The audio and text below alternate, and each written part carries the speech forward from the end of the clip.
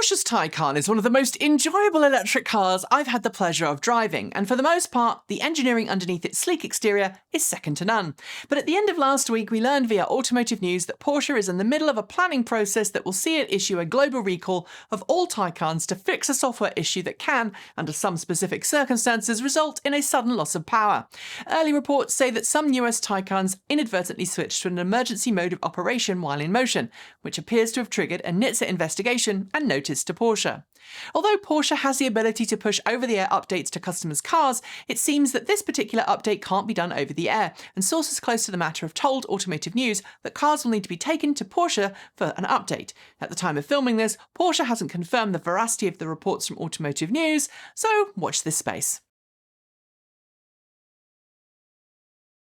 Volkswagen has been talking up its plans for an all-electric future, but now, thanks to an interview with a Volkswagen board member, as reported by Reuters, we're learning how long it will be before Volkswagen is truly fully electric. According to the quoted interview from German news outlet Munich de Merkur, Volkswagen expects to end all internal combustion engine vehicle production in Europe between 2033 and 2035, which frankly is in line with most bans coming online of ICE vehicles. In the US and China, though, Volkswagen board member for sales Klaus Zellmer said that it will take a lot longer for the transition to occur, with South American and African nations continuing to sell internal combustion engines well beyond that date. Volkswagen says it still wants to make its entire lineup CO2 neutral by 2050, but remember that carbon neutrality doesn't necessarily mean without internal combustion. Without a concerted effort from the world's governments to enact tougher emission standards and enact climate policies that are equitable and fair, it's starting to feel like internal combustion sales will continue somewhere for way too long and affect all our futures.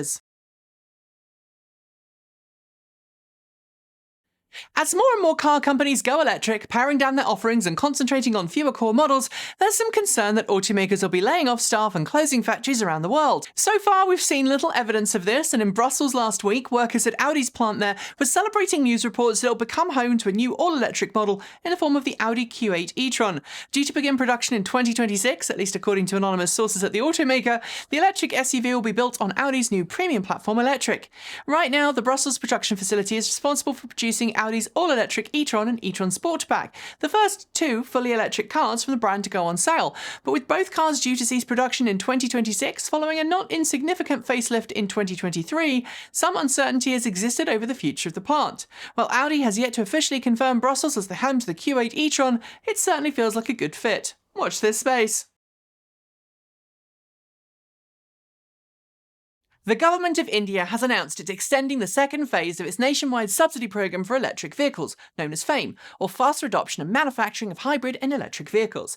It came into being in April 2019 and was originally scheduled to run until the end of 2022. However, the Indian government has voted to extend that program until the end of May in 2024, giving citizens more time to plug in. The program has so far approved grants for more than 5,600 electric buses and 2,636 charging stations.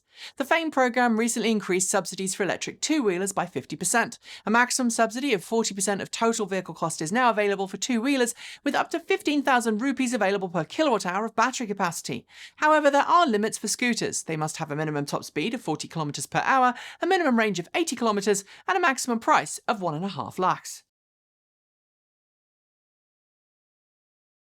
In the age of COVID-19, more people than ever before are turning to online dating apps to find Mr., Miss or Mooks right. And while I personally hate the idea of swiping left or right to find someone special to spend time with, and I absolutely abhor the fascination that people have with Instagram filters, I can't really complain too much as my partner and I met online many years ago.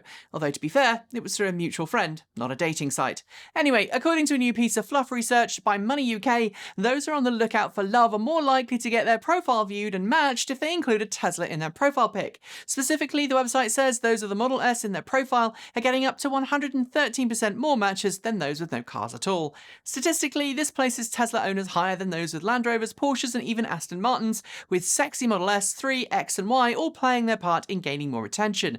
Interestingly, though, you don't have to own a car to get interest, you just have to have your photo next to a Tesla. That appears to be enough.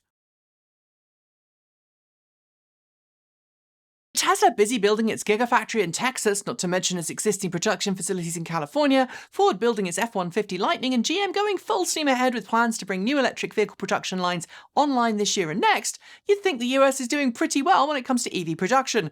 But a report last week from the International Council on Clean Transportation is warning that the US is actually falling further behind Europe and China when it comes to electric vehicle production. In 2017, it says the US automakers only made 20% of the global stock of EVs, a figure that's fallen to 18% last year. In order to change that, the ICCT says government policies that are pro-EV will really make a major difference, warning that if policies aren't enacted, the US will only continue to fall further behind. With Tesla responsible for 85% of all US-made EVs last year, the message is clear. Legacy automakers need to catch up fast, and the US government needs tougher policies, or the transition to electric that President Biden wants just won't be possible. Home to multiple supercar companies and superbike companies, Italy hasn't really been all that quick to jump on the electric vehicle bandwagon, even if its homegrown company Energica is among the world's most accomplished electric motorcycle firms, and Turin-based Fiat is now positioning itself for a fully electric future. But now, an Italian government is readying itself to play catch-up.